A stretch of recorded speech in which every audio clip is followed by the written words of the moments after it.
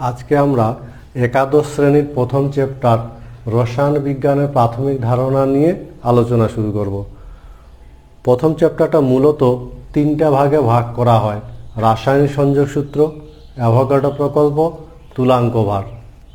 আবার কেমিস্ট্রিতে বিভিন্ন বিক্রিয়াগুলো যখন সংঘটিত হয় তখন এর একটা নির্দিষ্ট অনুপাতে বিক্রিয়াগুলো সংঘটিত হয়, নির্দিষ্ট নিয়মে রাসায়নিক বিক্রিয়াগুলো সংঘটিত হয়। আর এই নিয়মগুলোকে একসঙ্গে বলা হয় রাসায়নিক সংযোগ সূত্র। এরকম 5টা সূত্র আছে, যেমন ভরের নিত্যতা সূত্র, স্থির অনুপাত সূত্র, গুণানুপাত সূত্র, মিথানুপাত সূত্র এবং গেলুসাকের গ্যাস আয়তন সূত্র। 5টি রাসায়নিক সংযোগ সূত্রের মধ্যে আমরা প্রথম সূত্রটা পড়ব, যেটাকে ভরের নিত্যতা সূত্র বলা হয়।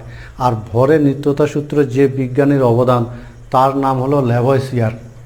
তিনি বলেছেন, যে কোনো ভৌত বা রাসায়নিক পরিবর্তনের আগে এবং পরিবর্তনের পরে পদার্থের মোট ভর সর্বদা স্থির থাকবে। আমরা দেখতে পাচ্ছি যে সমস্ত পদার্থ রাসায়নিক বিক্রিয়ায় অংশগ্রহণ করে তাদের বিক্রিয়ক পদার্থ বলা হয়, আর বিক্রিয়ার ফলে যে সমস্ত পদার্থ উৎপন্ন হয় তাদের বিক্রিয়াজাত পদার্থ বলে। বিক্রিয়ক পদার্থের ভর এবং বিক্রিয়াজাত পদার্থের ভর সবসময় সমান হবে, এটাই ভরের নিত্যতা সূত্রের মূল বক্তব্য। আর এই বক্তব্যের সপক্ষে আমরা বিভিন্ন উদাহরণ দেওয়ার চেষ্টা করব। যেমন আমরা বিকারের মধ্যে কিছুটা পরিমাণ বরফ নেওয়া হলো। আমরা জানি বরফ গলে জল হওয়া বা জল জমে বরফ হওয়া ভৌত পরিবর্তনের মধ্যে পড়ে। আমরা সেই বরফটাকে ওজন করলাম, তাতে ওজন পেলাম 100 গ্রাম। আমরা এই যে বরফ, বিকারের মধ্যে বরফের টুকরো আছে, বরফের টুকরোগুলোকে ওজন পাওয়া গেল 100 গ্রাম। এবার আমরা বরফটাকে তাপ দিব। বরফকে তাপ দিলে বরফ গলে জল হবে এবং এক্ষেত্রে কঠিন অবস্থা থেকে তরল অবস্থায় ভৌত পরিবর্তন ঘটবে। বরফকে তাপ দেওয়ার পর প্রাপ্ত জলকে যদি আমরা ওজন করি, এই ওজন কি বরফের ওজনের সমান হবে, না কম হবে, না বেশি হবে, সেটাই আমরা পর্যবেক্ষণ করব। দেখতে পাচ্ছি বরফ গলে জল হলে যে ওজন পাওয়া গেল সেটা আগের ওজনের সমান 100 গ্রাম। কাজেই বরফ থেকে জলে রূপান্তরের ভৌত পরিবর্তন যে ঘটলো, সেক্ষেত্রে কিন্তু ওজনের কোনো পরিবর্তন ঘটেনি। ফলে বরফের ওজন যা, বরফ গলে জল হলেও ওজন একই হয়। এটাই ভরক্রিয়া সূত্রের মূল বক্তব্য। আমরা যদি আরেকটা উদাহরণ দেওয়ার চেষ্টা করি, এই আকারে কাচের নলের মধ্যে একদিকে সিলভার নাইট্রেট আর অন্যদিকে সোডিয়াম ক্লোরাইড নেওয়া হলো। দুটোই রাসায়নিক পদার্থ। এই রাসায়নিক পদার্থ একে অপরের সংস্পর্শে আসলে এরা রাসায়নিক বিক্রিয়ার মাধ্যমে নূতন ধর্মবিশিষ্ট পদার্থ উৎপন্ন করবে। আমরা কর্ক দিয়ে মুখ দুটোকে বন্ধ করলাম। এই অবস্থায় এই নলের আমরা ওজন নিব এবং ওজনটাকে আমরা মনে রাখার চেষ্টা করব।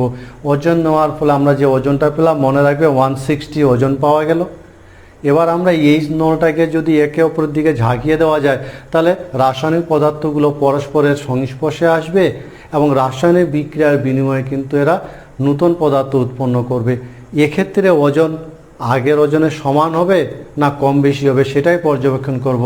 আমরা এই নলটাকে ঝাঁকিয়ে দেওয়ার ফলে দেখলাম কালার চেঞ্জ হয়ে গেল এবং রাসায়নিক বিক্রিয়ার ফলে নূতন ধর্মবিশিষ্ট পদার্থ সোডিয়াম নাইট্রেট ও সিলভার ক্লোরাইড উৎপন্ন হলো। উৎপন্ন পদার্থের ধর্ম আগের ধর্ম থেকে সম্পূর্ণ ভিন্ন। কিন্তু এই রাসায়নিক পরিবর্তনে কি ভরের কোনো পরিবর্তন ঘটেছে? আমরা এই প্রশ্নের উত্তর খুঁজছি। আমরা কি করব, এবার রাসায়নিক পরিবর্তন ঘটার পর এই আকারের নলটি আমরা ওজন দেখব এবং ওজন যদি পর্যবেক্ষণ করি তাহলে দেখতে পাবো আগের ওজনের সমান ওজন কিন্তু এবারও, অর্থাৎ এই রাসায়নিক পরিবর্তনে ওজনের কোনো পরিবর্তন ঘটেনি। ফলে এই রাসায়নিক পরিবর্তনের আগে মোট ভর পরিবর্তনের মোট ভরের সমান হয়। ভরের নিত্যতা সূত্র সব ক্ষেত্রে কিন্তু প্রযোজ্য হয় না। যে সমস্ত পরিবর্তনে বিশাল পরিমাণ শক্তি উৎপন্ন হয় সে সমস্ত ক্ষেত্রে কিন্তু ভর কিছুটা হ্রাস পায় এবং এই তথ্য আমরা বিখ্যাত বিজ্ঞানী আইনস্টাইনের E=mc² সূত্র থেকে জানতে পারি। এই সূত্র থেকে আমরা জানতে পারি ভর শক্তিতে এবং শক্তি ভরে রূপান্তরিত হতে পারে। আমরা এরকম একটা উদাহরণ যদি দেখি, পারমাণবিক যে নিউক্লিয় বিভাজন বিক্রিয়া, এই নিউক্লিয় বিভাজন বিক্রিয়া যখন ইউরেনিয়াম 235কে নিউটন দিয়ে আঘাত করা হয়, তখন বেরিয়াম আর ক্রিপ্টন সঙ্গে 3টা নিউটন উৎপন্ন হয়। এই পরিবর্তনে বিশাল পরিমাণ শক্তি পাওয়া যায়, যেখানে ভরের পরিবর্তে শক্তি উৎপন্ন হয়। আমরা যদি এখানে ভরের হিসাব করি, বিক্রিয়াটা সংঘটিত হওয়ার আগে যে ভর এবং বিক্রিয়া সংঘটিত হওয়ার পর যে ভর, তাতে ভরের কিন্তু পরিবর্তন ঘটে এবং এক্ষেত্রে ভর হ্রাস পায় এত অ্যাটমিক মাস ইউনিট।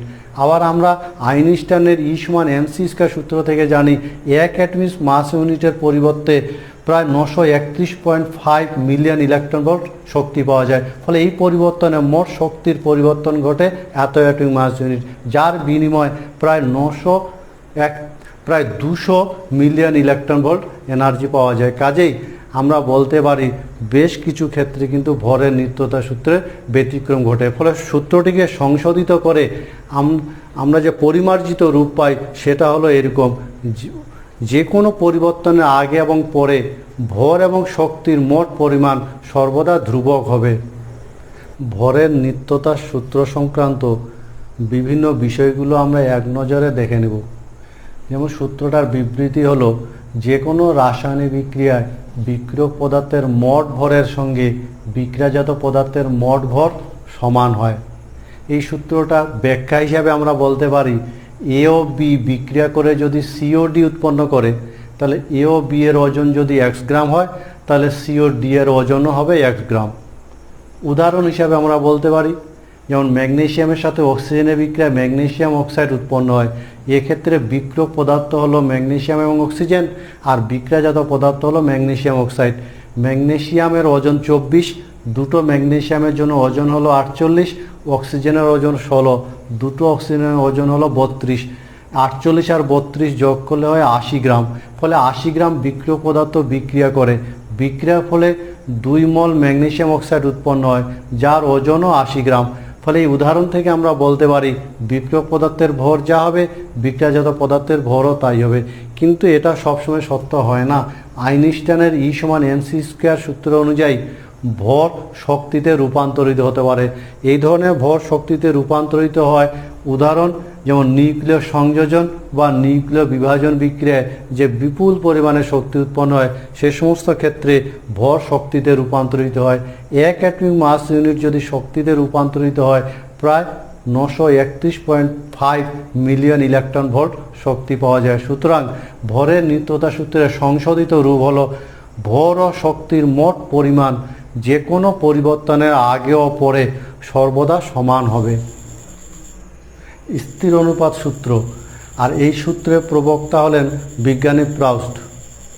এই সূত্রের মূল বক্তব্য হলো, একটা যৌগকে যে কোনোভাবেই সংগ্রহ করা হোক বা যে কোনোভাবেই প্রস্তুত করা হোক, যৌগটির মধ্যে সর্বদা নির্দিষ্ট মৌল বর্তমান থাকবে এবং এদের ওজন অনুপাত সর্বদা স্থির হবে। যেমন উদাহরণ হিসাবে আমরা বলতে পারি, বিভিন্ন উৎস থেকে প্রাপ্ত জল। আমরা জলকে বিভিন্ন উৎস থেকে পেতে পারি, যেমন আমরা কুয়ার জল নিতে পারি, ঝর্ণার জল নিতে পারি, নদীর জল নিতে পারি। বিভিন্ন উৎস থেকে প্রাপ্ত এই জলকে যদি আমরা বিশ্লেষণ করি, তাহলে দেখতে পাবো জলের মধ্যে শুধু হাইড্রোজেন আর অক্সিজেন আছে এবং 2 ভাগ ওজনের হাইড্রোজেন 16 ভাগ ওজনের অক্সিজেনের সঙ্গে যুক্ত হয়, 18 ভাগ ওজনের জল উৎপন্ন করে। সুতরাং জল যৌগে উপাদান মৌল হাইড্রোজেন আর অক্সিজেন, এদের ওজন অনুপাত হলো 2:16, অর্থাৎ 2 ভাগ ওজনের হাইড্রোজেন 16 ভাগ ওজনের অক্সিজেনের সঙ্গে যুক্ত হয়, 18 ভাগ ওজনের জল উৎপন্ন করে। সুতরাং জলে উপাদান মৌল হাইড্রোজেন আর অক্সিজেনের ওজন অনুপাত হলো 2:16, অর্থাৎ 1:8। কাজেই 1 ভাগ ওজনের হাইড্রোজেন 8 ভাগ ওজনের অক্সিজেনের সঙ্গে যুক্ত হয়, জল উৎপন্ন হয়। সুতরাং জল বা যে কোনো নির্দিষ্ট যৌগ মৌল উপাদানগুলো নির্দিষ্ট অনুপাতে যুক্ত হয়, উৎপন্ন হয়। এটাকে বলা হয় স্থির অনুপাত সূত্র। কিন্তু বিভিন্ন ক্ষেত্রে দেখা যায় স্থির অনুপাত সূত্র সবসময় সত্য হয় না, বিভিন্ন ক্ষেত্রে এর ব্যতিক্রম আমরা লক্ষ্য করি। মূলত আইসোটোপগুলোর ক্ষেত্রে এই ব্যতিক্রম লক্ষ্য করা যায়। যেমন কার্বনের 2টো isotope, carbon 12, carbon 14। Carbon 12 isotope যখন অক্সিজেনের সঙ্গে যুক্ত হয়ে কার্বন ডাইঅক্সাইড তৈরি করে, তখন কার্বন ডাইঅক্সাইডের উপাদান কার্বন এবং অক্সিজেনের ওজন অনুপাত 3:8। আবার কার্বন 14 যখন অক্সিজেনের সঙ্গে যুক্ত হয়ে কার্বন ডাইঅক্সাইড তৈরি করে, তখন এই কার্বন ডাইঅক্সাইডে কার্বন এবং অক্সিজেনের ওজন অনুপাত 7:16, অর্থাৎ কার্বন এবং অক্সিজেন যখন যুক্ত হয় কার্বন ডাইঅক্সাইড তৈরি করে, তখন এদের ওজন অনুপাত নির্ভর করবে কার্বনের আইসোটোপের উপর। আমরা স্থির অনুপাত সূত্রকে বিপরীতভাবে প্রকাশ করতে পারি, অর্থাৎ নির্দিষ্ট মৌল নির্দিষ্ট ওজন অনুপাতে যুক্ত হয় সর্বদা নির্দিষ্ট যৌগ তৈরি করবে। যেমন 1 ভাগ ওজনের হাইড্রোজেন 8 ভাগ ওজনের অক্সিজেনের সাথে যুক্ত হলে সর্বদা জলই উৎপন্ন হবে, জল ছাড়া অন্য কিছু প্রত্যাশা করা যায় না। কিন্তু এই বিপরীত বক্তব্যটা অনেক সময় সত্য হয় না। যেমন কার্বন, হাইড্রোজেন আর অক্সিজেন 24, 6 আর 16 এই অনুপাতে যদি মিশিয়ে দেওয়া যায় তাহলে একটা নির্দিষ্ট যৌগ কিন্তু পাওয়া যায় না, দুটো যৌগ উৎপন্ন হতে পারে। ফলে এই সংকেতযুক্ত এই অনুপাতে দুটো ভিন্ন যৌগ উৎপন্ন হতে পারে। এই যৌগ দুটোর ধর্ম সম্পূর্ণ আলাদা, এর স্ফুটনাঙ্ক বেশি, এটার স্ফুটনাঙ্ক কম, এর জলে দ্রাব্য, এটা জলে অদ্রাব্য। সুতরাং একই অনুপাতে যুক্ত হয় উপাদান মৌলগুলো একই অনুপাতে যুক্ত হয় ভিন্ন যৌগ তৈরি করতে পারে। কাজেই স্থির অনুপাত সূত্র এবং স্থির অনুপাত সূত্রের বিপরীত বক্তব্য, এই বক্তব্য কিন্তু সবসময় সত্য হয় না, অনেক ক্ষেত্রে এদের ব্যতিক্রম ঘটে। স্থির অনুপাত সূত্রের বিভিন্ন বিষয় মনে রাখার, যেমন বিবৃতি। কোনো যৌগকে যেভাবে প্রস্তুত করা হোক না কেন যৌগটি কতগুলো নির্দিষ্ট মৌল দ্বারা গঠিত হবে এবং উপাদান ভরের অনুপাত সর্বদা স্থির হবে। আমরা এই সূত্রটাকে ব্যাখ্যা এবং উদাহরণ দুটো একসঙ্গে বলতে পারবো। যেমন বিভিন্ন উৎস থেকে প্রাপ্ত জলকে যদি বিশ্লেষণ করা হয় তাহলে হাইড্রোজেন আর অক্সিজেন পাওয়া যাবে এবং এদের ওজন অনুপাত 1:8 হবে।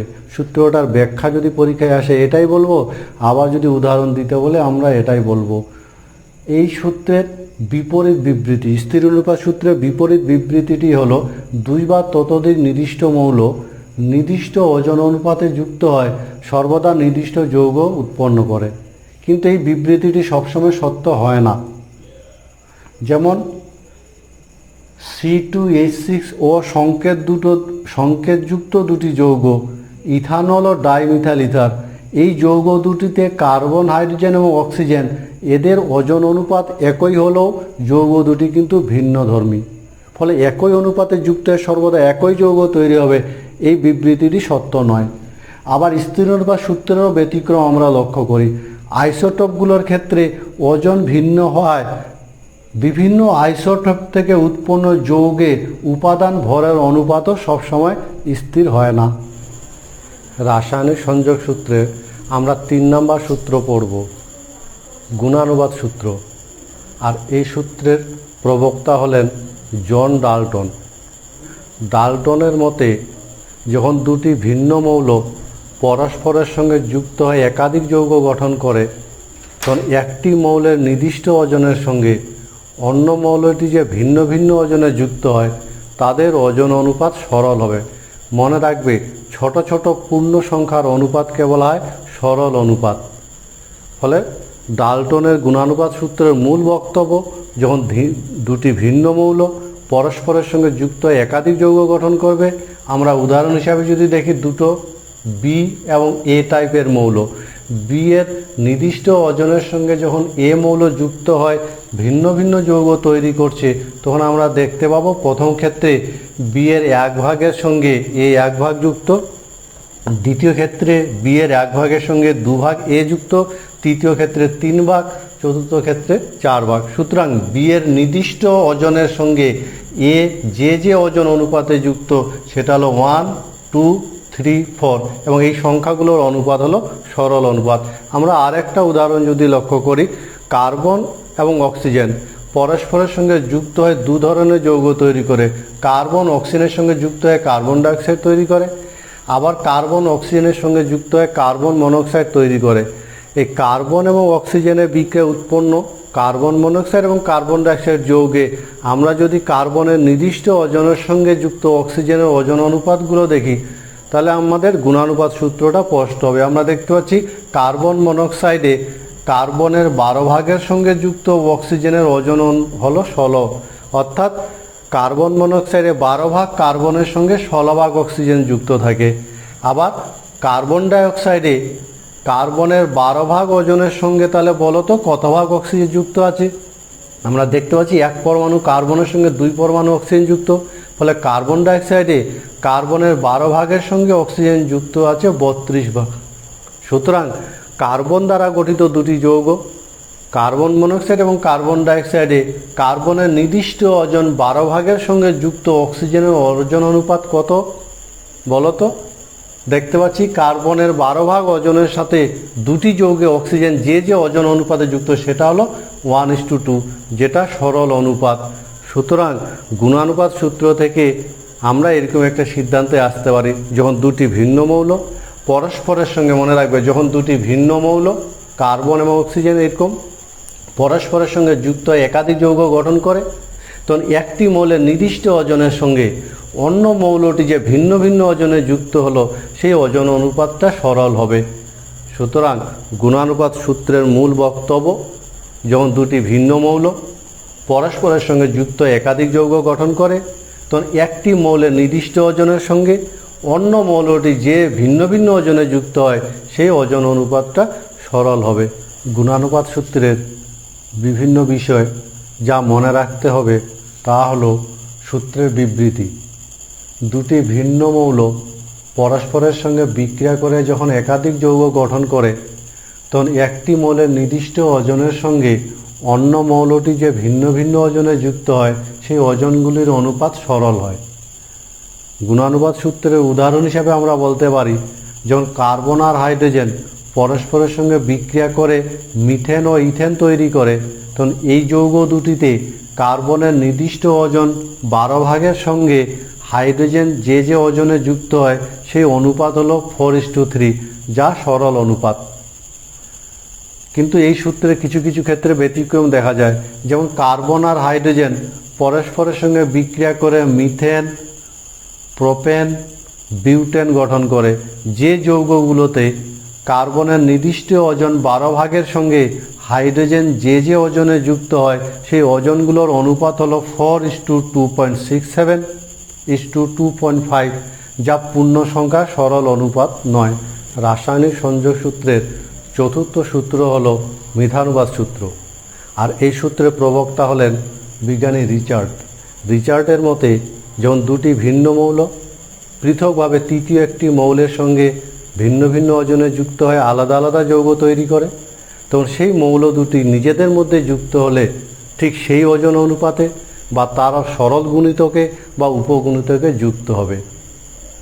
অর্থাৎ মিথানুপাত সূত্রের মূল বক্তব্য আমরা উদাহরণের সাহায্যে যদি ব্যাখ্যা করতে চাই, যেমন কার্বন হাইড্রোজেনের সঙ্গে যুক্ত হয়ে মিথেন তৈরি করে, আবার কার্বন অক্সিজেনের সঙ্গে যুক্ত হয়ে কার্বন ডাইঅক্সাইড তৈরি করে। তাহলে কার্বনের নির্দিষ্ট ওজনের সঙ্গে হাইড্রোজেন আর অক্সিজেন যে যুক্ত হয়, হাইড্রোজেন আর অক্সিজেন নিজেদের মধ্যে যুক্ত হলে ঠিক সেই অনুপাতে বা তার সরল গুণিতকে যুক্ত হবে। আমরা উদাহরণের মতন দেখব, যেমন কার্বন আর হাইড্রোজেন মিথেন উৎপন্ন করে, এক্ষেত্রে হাইড্রোজেনের 1 ভাগের সঙ্গে কার্বন 3 ভাগ যুক্ত হয়। অন্যদিকে কার্বন আর হাইড্রোজেন অক্সিজেন যুক্ত হয়ে আবার জল উৎপন্ন করে, এক্ষেত্রে হাইড্রোজেনের 1 ভাগের সঙ্গে যুক্ত অক্সিজেন 8 ভাগ। সুতরাং আমরা প্রদত্ত যৌগে যদি দেখি যে মিথেনে 1 ভাগ হাইড্রোজেনের সঙ্গে যুক্ত কার্বন 3 ভাগ, আবার জলে 1 ভাগ হাইড্রোজেনের সঙ্গে যুক্ত অক্সিজেন 8 ভাগ। তাহলে বলো তো, এই যে অক্সিজেন এবং কার্বন এরা যদি নিজেদের মধ্যে যুক্ত হয় তাহলে কি অনুপাতে যুক্ত হবে? মিথানুপাত সূত্র অনুযায়ী কার্বন আর অক্সিজেন যদি নিজেদের মধ্যে যুক্ত হয় তাহলে 3:8 এই ওজন অনুপাতে যুক্ত হবে। আমরা জানি কার্বন আর অক্সিজেন নিজেদের মধ্যে যুক্ত হয়ে কার্বন ডাইঅক্সাইড তৈরি করে, এবং কার্বন ডাইঅক্সাইডে আমরা কার্বন আর অক্সিজেনের ওজন অনুপাত দেখব সেটা 3:8 হচ্ছে কিনা। মিথানুপাত সূত্র অনুসারে কিন্তু 3:8 হওয়া উচিত। আমরা দেখতে পাচ্ছি কার্বন আর অক্সিজেন বিক্রিয়া করে কার্বন ডাইঅক্সাইড তৈরি করে, যেখানে কার্বন আর অক্সিজেনের ওজন অনুপাত 12:32, অর্থাৎ 3:8। সুতরাং প্রদত্ত উদাহরণ মিথানুপাত সূত্রকে সমর্থন করে। কাজেই মিথানুপাত সূত্রের মূল বক্তব্য, যখন দুটি ভিন্ন মৌল, যেমন এখানে অক্সিজেন আর এখানে কার্বন, নির্দিষ্ট একটি মৌল হাইড্রোজেনের নির্দিষ্ট ওজনের সঙ্গে যে ওজনে যুক্ত হয়, তারা নিজেদের মধ্যে যুক্ত হলে ঠিক সেই ওজন অনুপাতে বা তার সরল গুণিতকে বা উপগুণিতকে যুক্ত হবে। মিথানুপাত সূত্রের বিবৃতি হলো, যখন দুটি ভিন্ন মৌল নির্দিষ্ট ভরের অপর একটি মৌলের সঙ্গে পৃথক পৃথকভাবে যুক্ত হয়ে যৌগ গঠন করে, মৌল দুটি নিজেদের মধ্যে যুক্ত হয়ে যৌগ গঠনে সমর্থ হলে ঠিক সেই ওজন অনুপাতে বা তার সরল গুণিতক বা উপগুণিতকে যুক্ত হবে। এর মিথানুপাত সূত্রের উদাহরণ হিসাবে আমরা বলতে পারি কার্বন, হাইড্রোজেন এবং অক্সিজেন তিনটি মৌলের মধ্যে হাইড্রোজেন আর অক্সিজেন যখন কার্বনের নির্দিষ্ট ওজনের সঙ্গে যুক্ত হয়ে আলাদা আলাদা যৌগ গঠন করে, তখন হাইড্রোজেন আর অক্সিজেন নিজেদের মধ্যে যুক্ত হলে ঠিক সেই ওজন অনুপাতে বা তার সরল গুণিতকে যুক্ত হবে। আমরা সূত্রটাকে উদাহরণের সাহায্যে একটু পরিষ্কার করার চেষ্টা করব। 12 ভাগ ওজনের কার্বনের সাথে হাইড্রোজেন 4 ভাগ যুক্ত হয়ে মিথেন তৈরি করে। আবার 12 ভাগ ওজনের কার্বনের সাথে অক্সিজেন 32 ভাগ যুক্ত হয় কার্বন ডাইঅক্সাইড গঠন করে। এবার হাইড্রোজেন আর অক্সিজেন যদি নিজেদের মধ্যে যুক্ত হয় তাহলে 4:32 অর্থাৎ 1:8 ওজন অনুপাতে যুক্ত হওয়ার কথা। হাইড্রোজেন আর অক্সিজেন যুক্ত হয়ে জল গঠন করে এবং জলের মধ্যে হাইড্রোজেন আর অক্সিজেনের ওজন অনুপাত 2:16 অর্থাৎ 1:8। আবার মিথানুপাত সূত্র অনুযায়ী হাইড্রোজেন আর অক্সিজেন 1:8 অনুপাতে যুক্ত হওয়ার কথা। সুতরাং প্রদত্ত ফলাফল মিথানুপাত সূত্রকে সমর্থন করে। রাসায়নিক সংযোগ সূত্রের পঞ্চম তথা শেষ সূত্র গেলুসাকের গ্যাস আয়তন সূত্র। গেলুসাকের মতে নির্দিষ্ট চাপ ও উষ্ণতায় যখন গ্যাসীয় পদার্থ বিক্রিয়া করে তখন গ্যাসগুলোর আয়তনের অনুপাত সরল হয় এবং বিক্রিয়ার ফলে উৎপন্ন পদার্থ যদি গ্যাসীয় হয় তাহলে উৎপন্ন পদার্থের আয়তনও বিক্রিয় গ্যাসের আয়তনের সঙ্গে সরল অনুপাতে থাকে। ফলে মনে রাখবে, নির্দিষ্ট উষ্ণতায় ও চাপে গ্যাসীয় পদার্থ যখন বিক্রিয়া করে তখন তাদের বিক্রিয় গ্যাসের আয়তনের অনুপাত সরল হয় এবং উৎপন্ন বিক্রিয়াজাত পদার্থ গ্যাসীয় হলো তাদের আয়তনও সরল অনুপাতে থাকে। আমরা উদাহরণের সাহায্যে জিনিসটাকে পরিষ্কার করতে চাইব।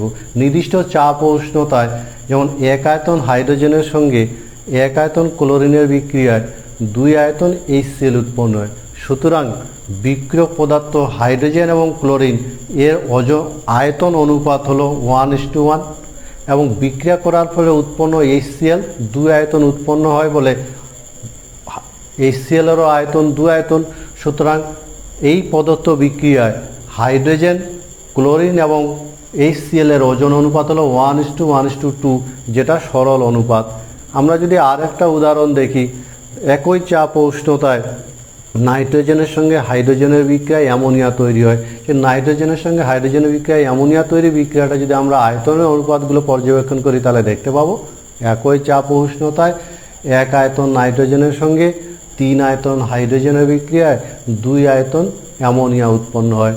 এক্ষেত্রে বিক্রিয়ক পদার্থের আয়তনের অনুপাত 1:3 আর প্রদত্ত বিক্রিয়া 2 আয়তন অ্যামোনিয়া উৎপন্ন হয় বলে প্রদত্ত বিক্রিয়া বিক্রিয়ক এবং বিক্রিয়াজাত পদার্থের আয়তনের অনুপাত 1:3:2 যেটা সরল অনুপাত। কাজেই গেলুসাকের গ্যাস আয়তন সূত্রের মূল বক্তব্য, নির্দিষ্ট চাপ ও উষ্ণতায় যখন গ্যাসীয় পদার্থ বিক্রিয়া করে তখন বিক্রিয়ক পদার্থের আয়তনের অনুপাত হবে সরল এবং বিক্রিয়ার ফলে উৎপন্ন পদার্থ যদি গ্যাসীয় হয় তাহলে তারও আয়তন এদের আয়তনের সাথে সরল অনুপাতে থাকবে। তবে মনে রাখবে, অন্যান্য রাসায়নিক সংযোগ সূত্রের সঙ্গে গ্যাস আয়তন সূত্রের কিছু পার্থক্য আছে।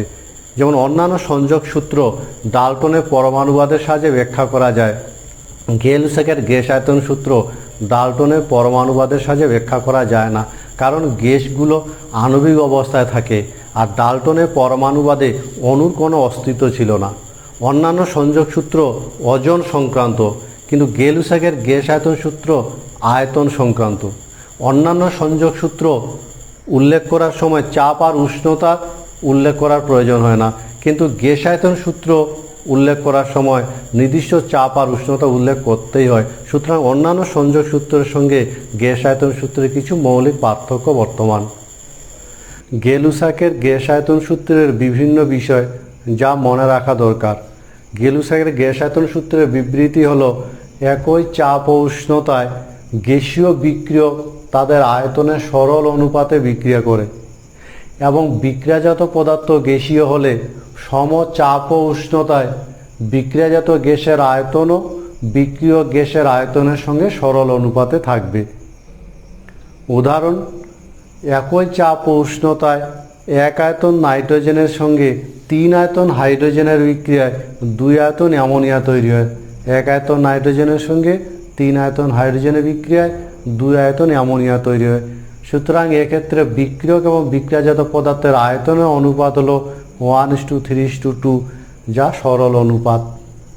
কিন্তু অন্যান্য সংযোগ সূত্রের সঙ্গে গ্যাস আয়তন সূত্রের বেশ কিছু মৌলিক পার্থক্য লক্ষ্য করা যায়। যেমন অন্যান্য সংযোগ সূত্র ওজন সংক্রান্ত, গেলুসাকের গ্যাস আয়তন সূত্র আয়তন সংক্রান্ত।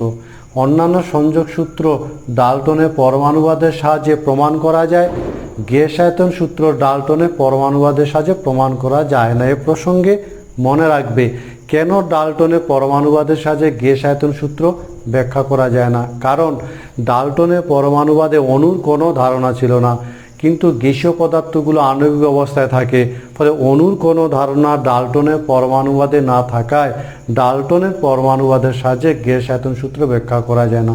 আর একটা কথা মনে রাখবে যে অন্যান্য সংযোগ সূত্র উল্লেখ করার সময় উষ্ণতা আর চাপের উল্লেখ করতে হয় না, কিন্তু গ্যাস আয়তন সূত্র উল্লেখ করার সময় নির্দিষ্ট চাপ এবং উষ্ণতা উল্লেখ করতেই হয়।